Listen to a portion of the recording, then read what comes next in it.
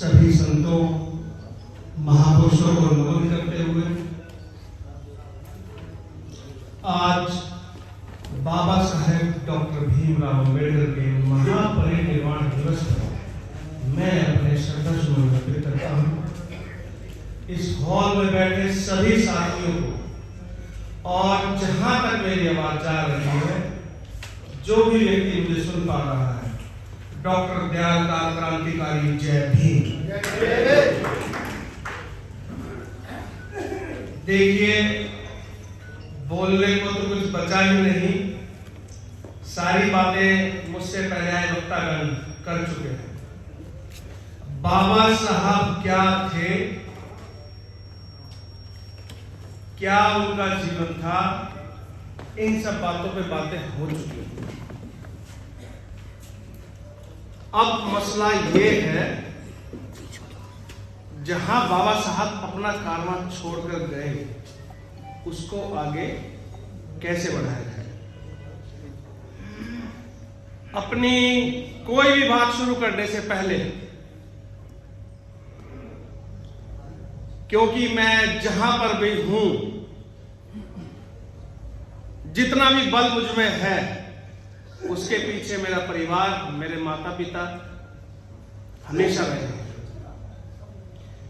तो माता और पिता के बारे में ना बोलूं तो मुझे लगता है नाइंसाफी होगी। मां के लिए मैं कुछ कहना चाहता हूं कि कितने भी पन्ने पलट लूं, वो कहानी पढ़ ही लेती है।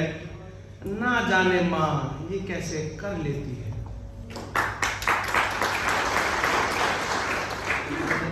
जितना वजूद मां का है, उतना ही पिता का भी। तो प्रत्येक पिता को मैं समर्पित करता हूं तो सब कि जेब खाली हो फिर भी मना करते नहीं देखा। जेब खाली हो फिर भी मना करते नहीं देखा। मेरे पिता से अमीर इंसान मैंने नहीं देखा। आज पहली बार मेरे किसी प्रोग्राम में मेरे घर से चलकर मेरे गुरु पिता तुल्य रामे प्रधान जी मेरे सामने बैठे हैं और कई वक्ताओं ने कहा कि परिवार से शिक्षा देनी पड़ेगी। हम बहुत छोटे थे जनाब, ये सीएमओ पैदा होते नहीं बन गए थे।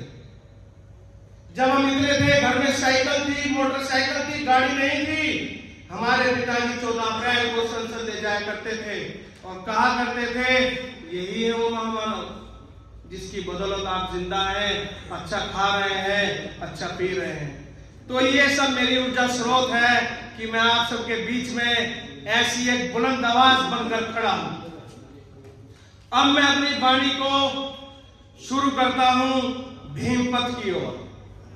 देखिए, मैं कोई भाषण देने नहीं आया, मैं बस अपने दिल का दर्द बयां करना चाहता हूं। मैं पूरे भारत में भ्रमण करता हूं और पूरे भारत में एक ही चीज, हमारी दुर्दशा, हमारा शोषण, सदियों से वही शोषण, सदियों से वही शोषित समाज आज भी है। साथियों, आज का दिन बड़ा पीड़ादायी है, बहुत दुख होता है। आज के दिन बाबा साहब हमें सदा के लिए अलविदा कह गए। ये वो बाबा साहब हैं जिन्होंने मुल्क की आधी आबादी के लिए अपना मंत्रालय पद कुछ सेकंडों में ठुकरा दिया। ये वो बाबा साहब हैं जिन्होंने समाज के उद्धार के लिए अपने 4 बेटों की कुर्बानी दी। मैं पूछना चाहता हूं समाज से कि आप कब बाबा साहब के सपनों का भारत बनाएंगे? कब बाबा साहब के सपनों को साकार करेंगे?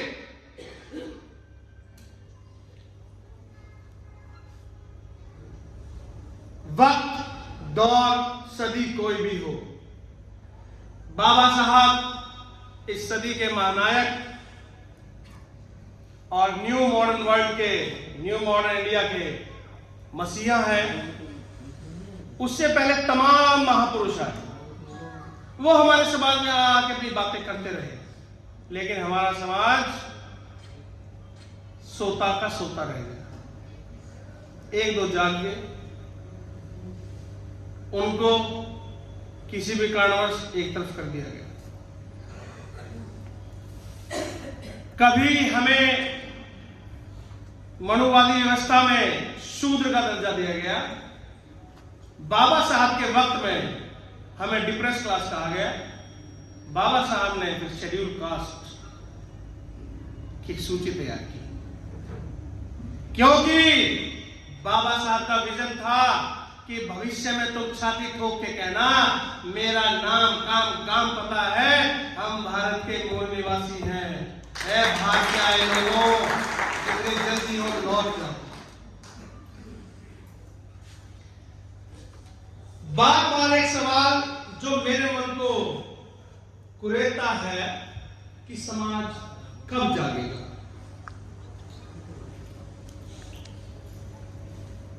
हम सभी एक दूसरे को जय भीम से संबोधित करते हैं। मैं आपसे पूछना चाहता हूं, क्या मतलब है जय भीम का? क्या अभिप्राय है जय भीम से? हम बताते हैं।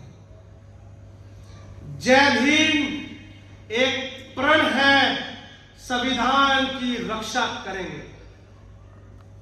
जय भीम एक अपील है, शिक्षित बनो, संगठित रहो, संघर्ष करो।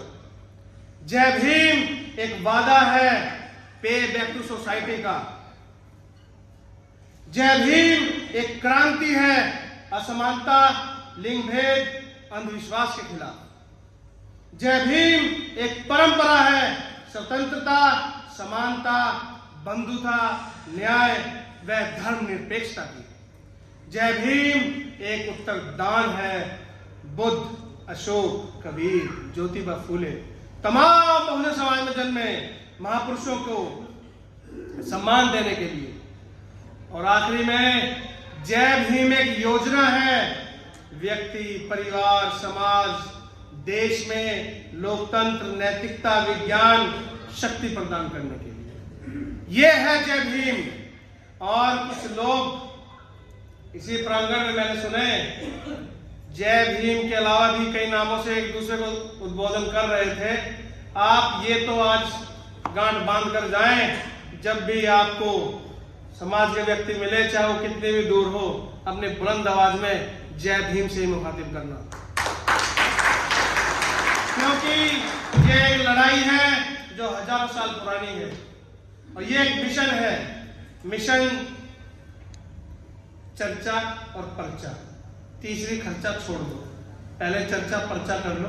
खर्चा तो आज प्रोग्राम है इसमें तो लगा, चर्चा करनी पड़ेगी तभी कुछ होगा। बाबा साहब आधुनिक भारत के मसीहा होने के बाद भी मुझे मौजूदा हालात कुछ और नजर आते हैं। देखिए, जो भी मैं बात कर रहा हूं ये मेरा व्यक्तिगत अनुभव है। उस के बाद, इन सब निष्कर्ष पे पहुंचने के बाद मैं अपने दिल की पीड़ा को आपके बीच में रख रहा हूं।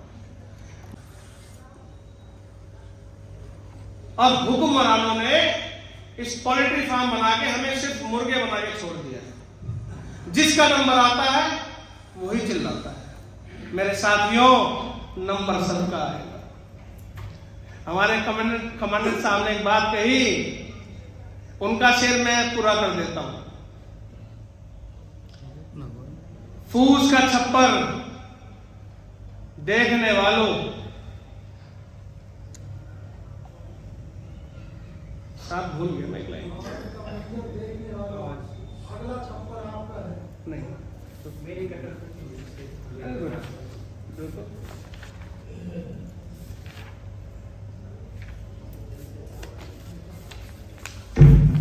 तो बाबा साहब ने 3 मूल मंत्र दिए, शिक्षित बनो, संगठित रहो, संघर्ष करो। इन 3 मूल मंत्रों पे हर कोई बात करेगा। मैं कहता हूं ज्ञान के लिए पढ़िए, अपने बच्चों को घर पे जाके बोलना कि इम्तिहान के लिए ना पढ़े, ज्ञान के लिए पढ़े, क्योंकि ये जो सूरज है ना, ये ज्ञान की बदौलत है।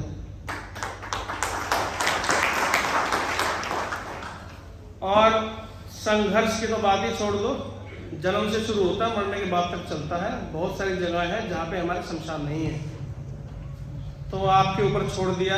जितनी ताकत संघर्ष करेंगे, अगली आने वाली नस्लें आपका शुक्रिया अदा करेंगी। मेन बात जो मुद्दा है, संगठित रहो।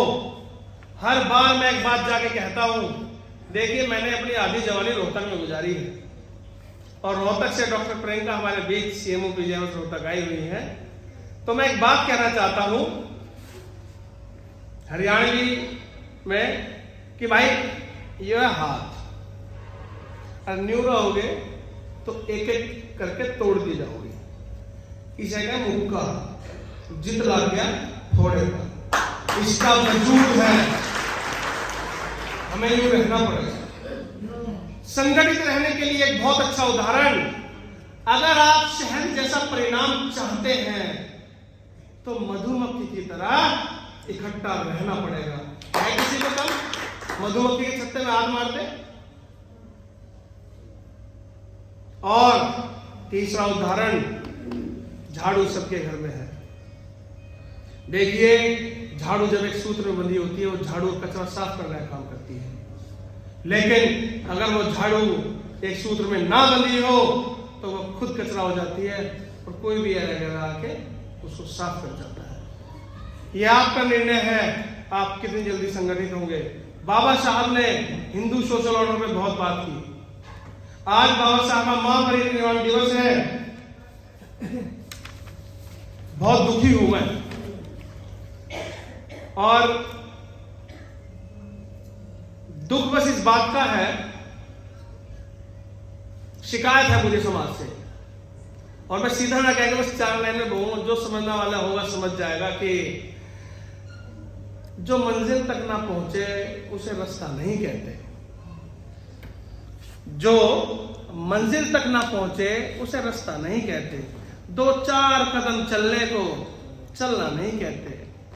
एक हम हैं जो कह देते हैं गैरों को भी अपना, एक तुम हो जो अपनों को अपना नहीं कहते।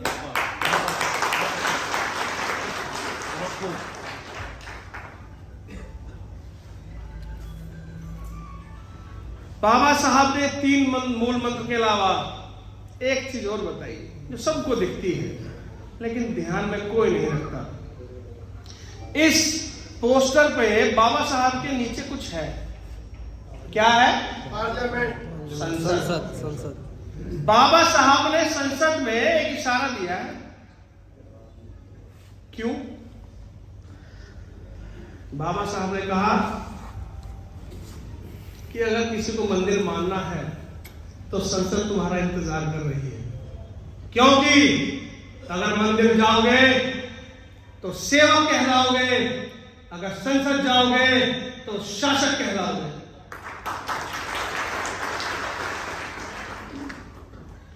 बाबा साहब अपने आखिरी वक्त में बहुत चिंता में थे। क्या मैंने कह तो दिया कि 21वीं सदी हमारी है, कल जब हमारा राज आएगा, बहुजन राज आएगा, तो क्या हम उसको आगे चला पाएंगे? कहीं ऐसा तो नहीं हमें हर बार की तरह तोड़ दिया जाए, खंडित कर दिया जाए। तो बाबा साहब ने, देखिए बाबा साहब ने बहुत सी बातें कही, तमाम वक्ताओं ने बताया आपको, तो दिन तारीख कहां गई है मैं नहीं बताऊंगा, समझ आया नहीं तो वो काम की बात करेंगे पॉइंट टू पॉइंट। बाबा साहब ने जाते वक्त ये कहा था, ऐ मेरे समाज के लोगों, मैं इस कारवां को बड़ी मुश्किल तक यहां लाया हूं, मेरे जाने के बाद अगर इस कारवां को आगे ना बढ़ा सके तो पीछे मत जाने देना। शिकायत है मुझे समाज से, आगे तो नहीं ले जा पा रहा लेकिन पीछे करने को दिन रात प्रयासरत है। यही पीड़ा है डॉक्टर केडी की। क्यों मैं गली गली घूमता हूं, क्यों मैं प्रत्येक गांव जाकर ये बता रहा हूं कि बाबा साहब यही वो शख्सियत है जो तुम्हें हर अधिकार मुहैया करा सकते हैं। बाबा साहब ने अपने आखिरी वक्त में एक बात और कही थी। जब बाबा साहब के बहुत साथी जिनको वो मिशन के लिए तैयार कर रहे थे, बाबा साहब ने कहा मुझे अपने आसपास कोई भी साथी ऐसा नहीं दिखता।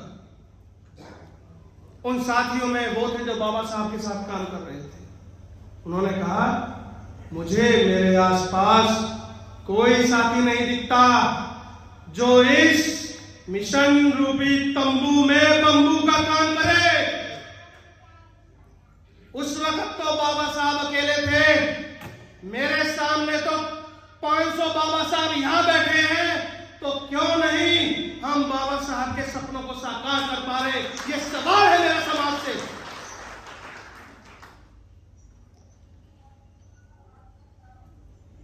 देखिए, मेरी एक छठी सरकारी नौकरी है, छठी। और ज्ञान बाबा साहब ने बहुत सिखाया है। ज्ञान की बदौलत सातवीं भी कर लेंगे, आठवीं भी कर लेंगे, नहीं मालूम कब तक मेवात में हूं। एक अंडर ग्रेजुएट डिग्री के अलावा 4 पोस्ट ग्रेजुएट डिग्री है मेरे पास। MBBS के अलावा मैंने MBA hospital administration, MA history, MA public ad और PG diploma mother child health किया।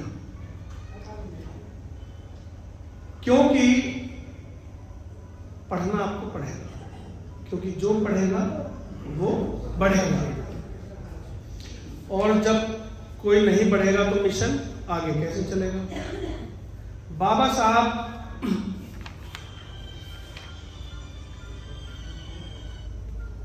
हमारे अधिकारों की लड़ाई लड़ते लड़ते रात भर जागे, नहीं सुनती कि खाना भी खाना है, पानी पीना है। उन्होंने अपने बच्चों की कुर्बानी दी। मैं समाज से एक बात जानना चाहता हूं। जब बाबा साहब हमारे अधिकारों के लिए गोलमेज सम्मेलन के में उपस्थित होने जा रहे थे, उनके बाद उनके पीछे उनके 4 बेटों की कुर्बानी हो गई। क्या समाज का ये दायित्व नहीं बनता था कि उनके 4 बेटों को महफूज रखते, उनकी रक्षा करते, उनका ख्याल करते? तो हमारा समाज तब भी क्या था, आज भी क्या है, ये सोचने का विषय है। हम बाबा साहब के ऋणी हैं। अगर तुम्हें करनी होगी, उस वक्त तो हम चूक गए, लेकिन अगर अब चूक गए तो कैसे समाज को मुंह दिखाएंगे? लोग मुझे कहते हैं डॉक्टर साहब अच्छी नौकरी है, सब कुछ ठीक है, फिर क्यों आप गांव-गांव, शहर-शहर जा रहे हो? तो मुझे, अच्छा, मैं जहां भी रहता हूं मैं अपने नजरों के सामने बाबा साहब को रखता हूं, क्योंकि अगर गलती से, इंसान हूं, गलती हो सकती है, कभी कभी मन ये कर जाए ठीक है, बढ़िया नौकरी है, क्या करना। तो बाबा साहब को जब नजरें मिलती हैं तो गुनाहगार महसूस करता हूं उस पल के लिए कि नहीं, इनकी बदौलत है। तो जब लोग उससे पूछते हैं कि आप गली गली, मोहल्ले मोहल्ले, शहर शहर, जिला जिला क्यों जा रहे हैं, तो उनसे मैं कहना चाहता हूं कि जुल्म के साए में जुबां खोलेगा कौन? अगर हम भी चुप रहे तो बोलेगा कौन? कई वक्ताओं ने कहा कि बाबा साहब ने कहा था पढ़ा लिखा समाज मुझे धोखा देगा। मैं इस मंच के माध्यम से एक बात बता देना चाहता हूं। रोहतक की धरती पर चीफ मिनिस्टर भूपेंद्र सिंह हुड्डा के घर में ताला लगाने का काम आपके भाई ने कर रखा है।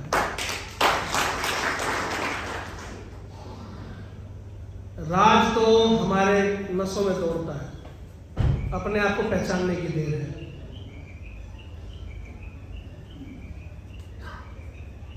बाबा साहब अगर आज होते तो मेरा मानना है वो जरूर ये बात कहते कि निकाल लाया हूं परिंदों को पिंजरे से निकाल लाया हूं परिंदों को पिंजरे से, बस अब परिंदों के दिमाग से पिंजरा निकालना बाकी है। देखिए पिंजरा किसे कहते हैं, आप सब समझदार हैं।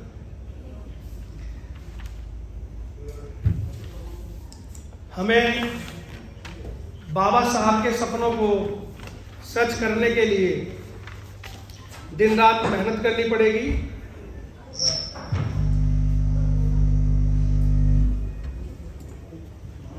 इस मंच के माध्यम से मैं मनुवादी ताकतों को ये चेताना चाहता हूं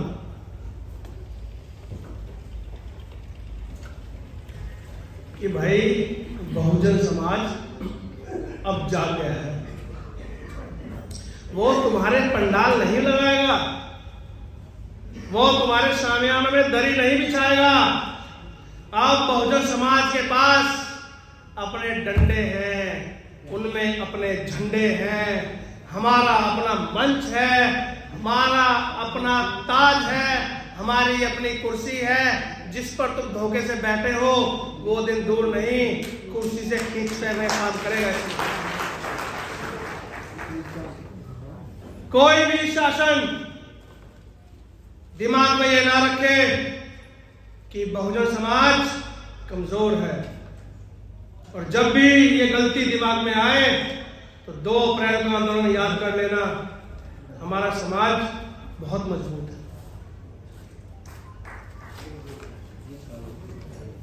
सारी बात ये है कि बहुजन राज आएगा, कैसे आएगा, कैसे आएगा के लिए हम इस जिले से कैडर की शुरुआत करेंगे बहुत जल्द।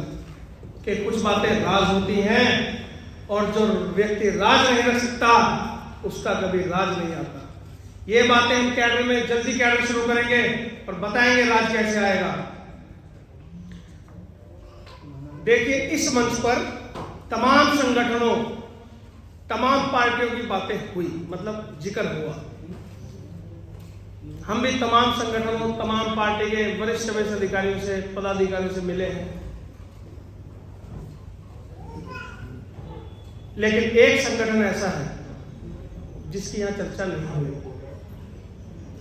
ये मुझे इसलिए कहना पड़ रहा है क्योंकि सभी का जिक्र आ गया। आयरन लेडी बहन कुमारी मायावती साहब, काशीराम तो रहबर हैं हमारे, उनके बिना तो हमारा गुजारा है नहीं।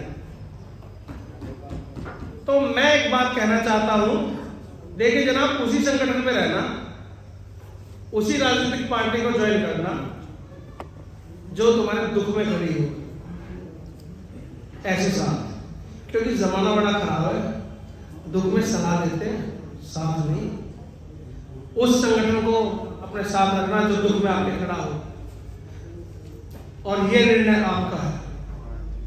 कौन सा ऐसा संगठन, कौन सी ऐसी पार्टी, कौन से ऐसे व्यक्ति हैं जो आपके साथ खड़े हैं। क्योंकि बाबू जी ने एक बात कही थी आकर कि हमारा समाज विभिन्न संगठनों में बटा हुआ है,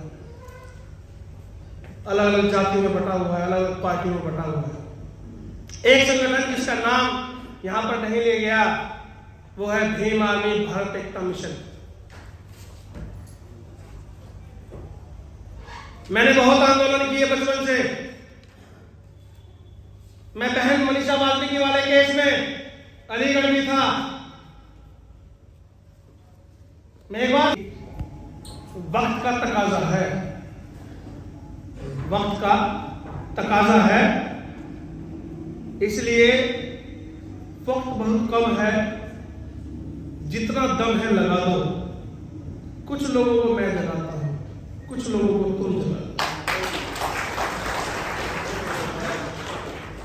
दुश्मन की कूटनीति समझना बहुत जरूरी है, क्योंकि जिंदगी की दौड़ में जो लोग आपको दौड़कर नहीं हराते, वो आपको तोड़कर हराने की चेष्टा करते हैं। हमेशा आशावादी और सकारात्मक रहें, क्योंकि दरिया बनकर किसी को डुबाने से बेहतर है जरिया बनकर किसी को बचाया जाए। कभी घबराना नहीं, क्योंकि संघर्ष में सिर्फ इतना याद रखो, या तो आपको जीत मिलेगी या जीत का रास्ता।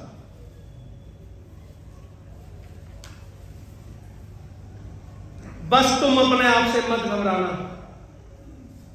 अपने आप से मत हारना, फिर तुम्हें कोई नहीं हरा सकता। देखिए, सदियों से हमारे अधिकारों पे बात हुई, वक्ताओं ने अधिकारों की बात की। ये अधिकार हमारे छीन लिए गए, और जो चीज छीन ली जाती है मांगने से नहीं मिलती, मांगने से तो भीख मिलती है। तो उन अधिकारों को छीनना होगा। तो दिया है ये पैगाम, हक मांगना तौहीन है, हक छीन लिया जाए।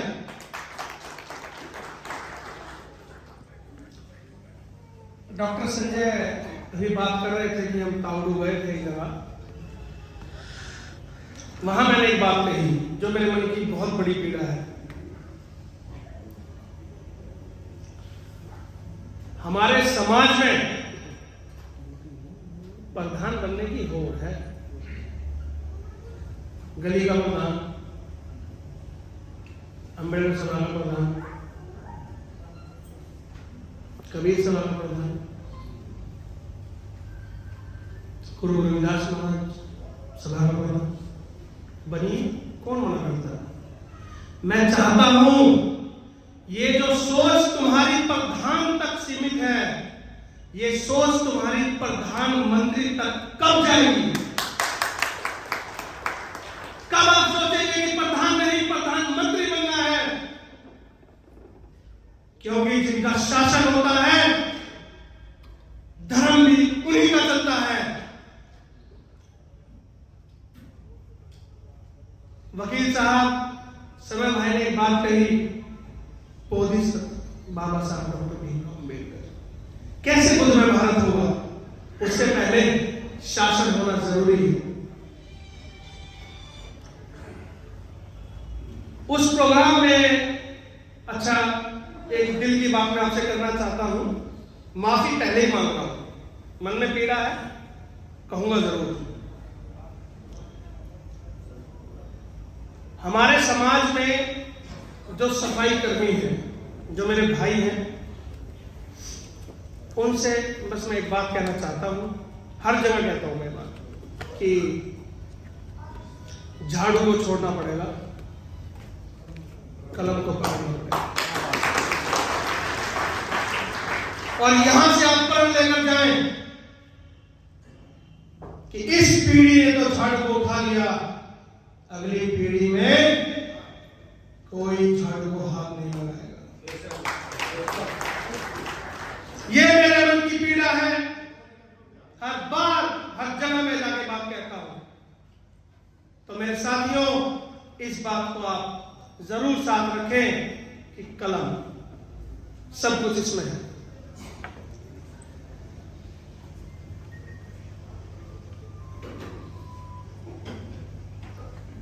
एक छोटी सी कहानी, 2 लाइन की। भाई, दरिया ने पूछा झरने से, तुम्हें बड़ा नहीं बनना क्या? समुद्र में मिलो, बड़े बन जाओ। तो झरने ने कहा, बड़ा बनकर खारा होने से बेहतर है छोटा बनकर मीठा हो।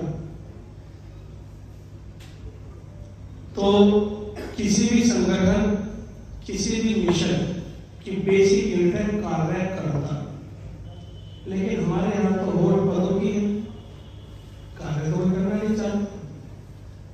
माननीय चरण सिंह इंद्री जी ने एक बात कही कि रात को 12 बजे मैंने उनको बताया कि सब हो गया है, देखिए जो प्रोग्राम हो गए हो गए, जैसे तैसे किया। मेरा तो मानना यही था कि एक बहुत बड़े लेवल पर प्रोग्राम किया जाए, और ये अनाज मंडी में होना था, लेकिन वहां पे तो फसल कटी और बीच में पंचायत चुनाव हो गए, नहीं तो 3 महीने की प्लानिंग होती है हमारी। जैसे 12 जो भी हम कर पाए आपके समक्ष है। 3 दिन मेरे खराब इसलिए हुए, बताया मेरा बेटा हॉस्पिटल में एडमिट था, परसों रात को छुट्टी हुआ, तो कहीं ना कहीं, क्योंकि मैं मेडिकल डॉक्टर हूँ, तो मुझे हर जगह सुनने को ये मिलेगा, भाई डॉक्टर आपके बच्चे बीमार पड़ते हैं, स्वाभाविक है। तो कहीं ना कहीं व्यक्तिगत तौर पर 3 दिन नहीं दे पाया उसमें, लेकिन जो भी आपके सामने है एक छोटी सी कोशिश थी।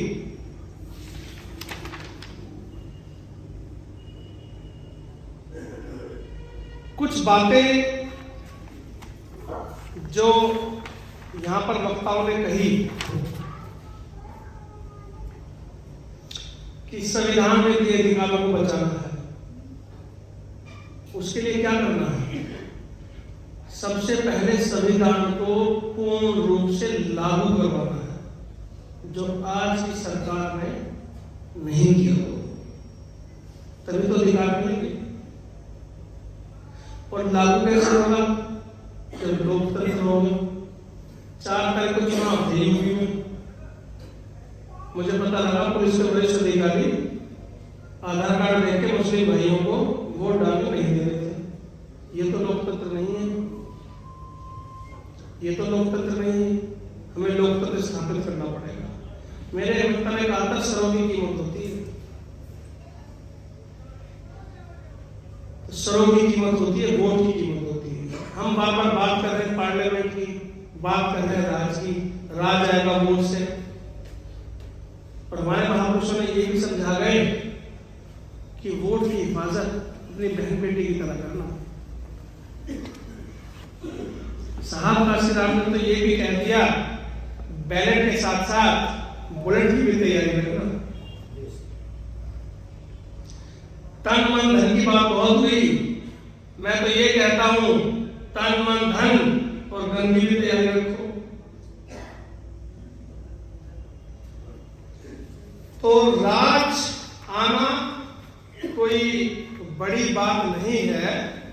पहला संगठित, दूसरा वोट का सदुपयोग कैसे करेंगे? अपने जैसा नेता चुनो।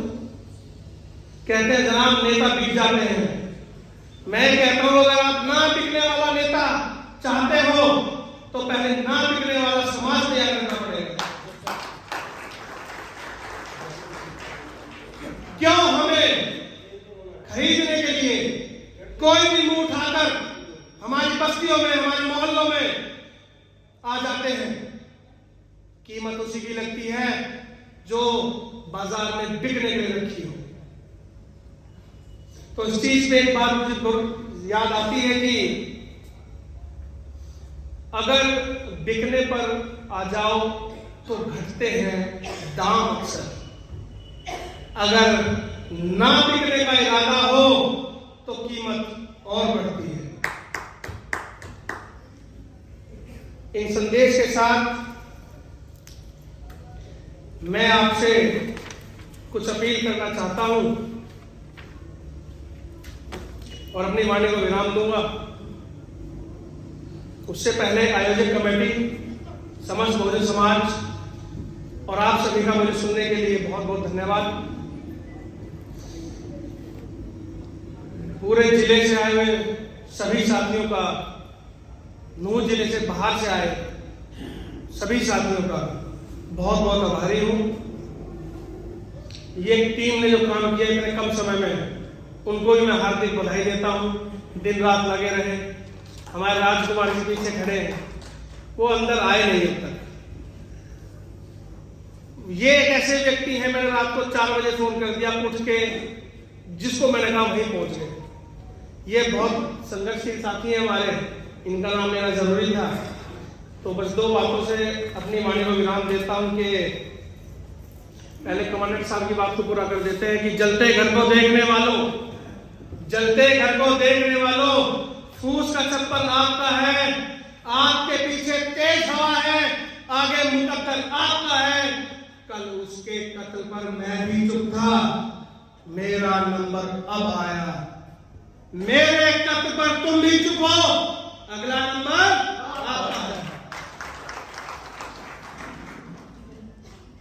हमारे समाज में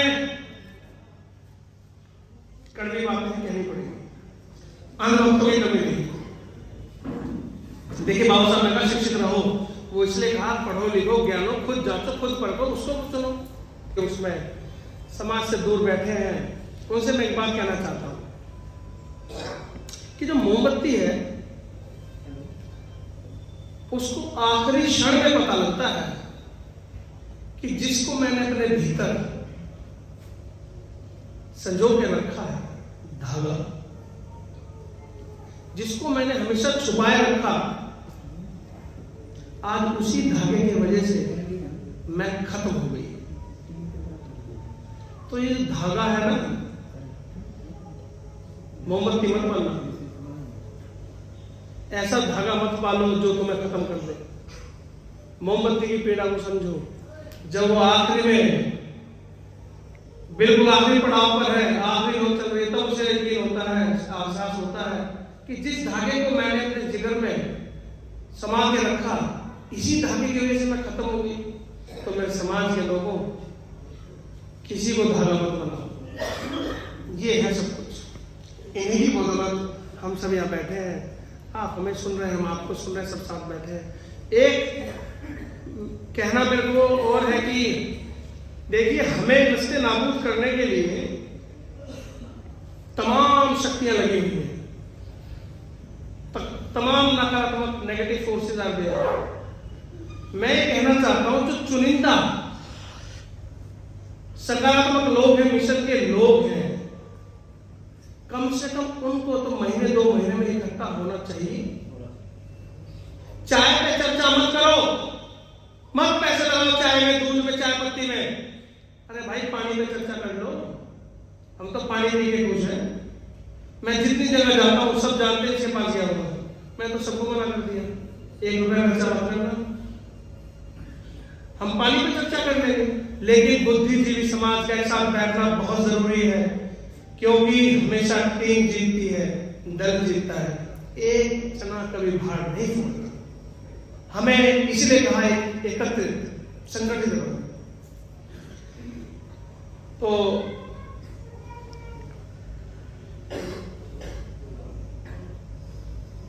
आपका आखिरी अपील कि आपका बेटा हो, भाई हो, साथ देना, आपको कभी निराश नहीं करूंगा। और मेरा एक प्रण है, पूछा मुझसे कईयों ने क्यों इतनी आग है आप में, तो मैं उनको बात बताना चाहता हूं कि मैं डॉक्टर मोहित कुमार दयाल, जब तक इस देश में बहुजन राज कायम नहीं होगा, इस दुनिया को अलविदा नहीं होगा। ये मेरा संकल्प है। और यहां बैठे तमाम बुजुर्ग साथियों से मेरी अपील, घर जाकर महिला शक्ति से कहना, बेटा अपने बच्चों को रोटी कम खिला लेना, लेकिन हमारे महापुरुषों के बारे में जरूर बताना।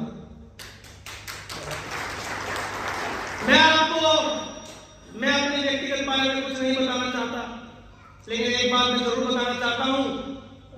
मेरी स्कूलिंग देहरादून हुई, मेरे पास पैसा नहीं था। मेरी जिंदगी में एक ही जिंदगी है कि मुझे हॉस्टल पढ़ना था। प्रधान जी सामने बैठे हैं, 6 महीने हो गए मैं कहता हूं मुझे हॉस्टल पढ़ना है। बोले कहां? मैं देहरादून में, दार्जिलिंग। कह रहे अच्छी बात है, 2 ही नाम ले रहे हैं, देहरादून दार्जिलिंग, क्या हुआ?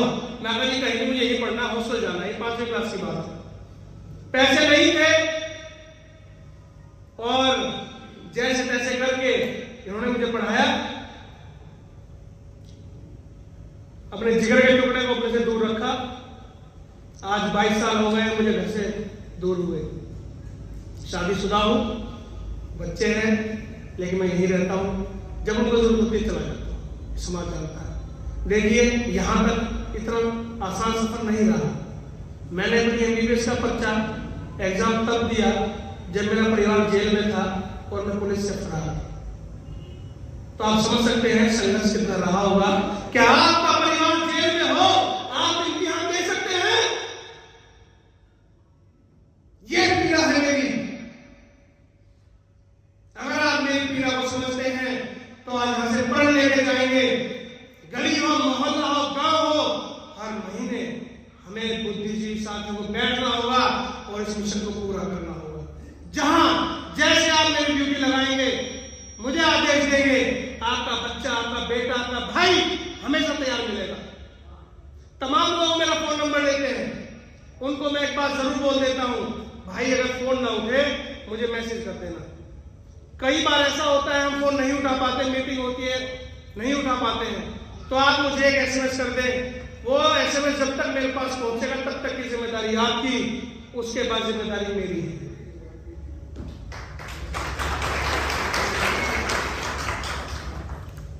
बहुत बातें हुई, मुझे उम्मीद है आप सब आज यहां से एक नई ऊर्जा का संचार अपने अंदर करेंगे। और परिवार बहुत जरूरी है, परिवार को बैठाना पड़ेगा, क्योंकि मेरे परिवार ने तो एक रोटी कम खाई लेके मुझे पढ़ाया। मैं तो आपके सामने खड़ा हूं उदाहरण।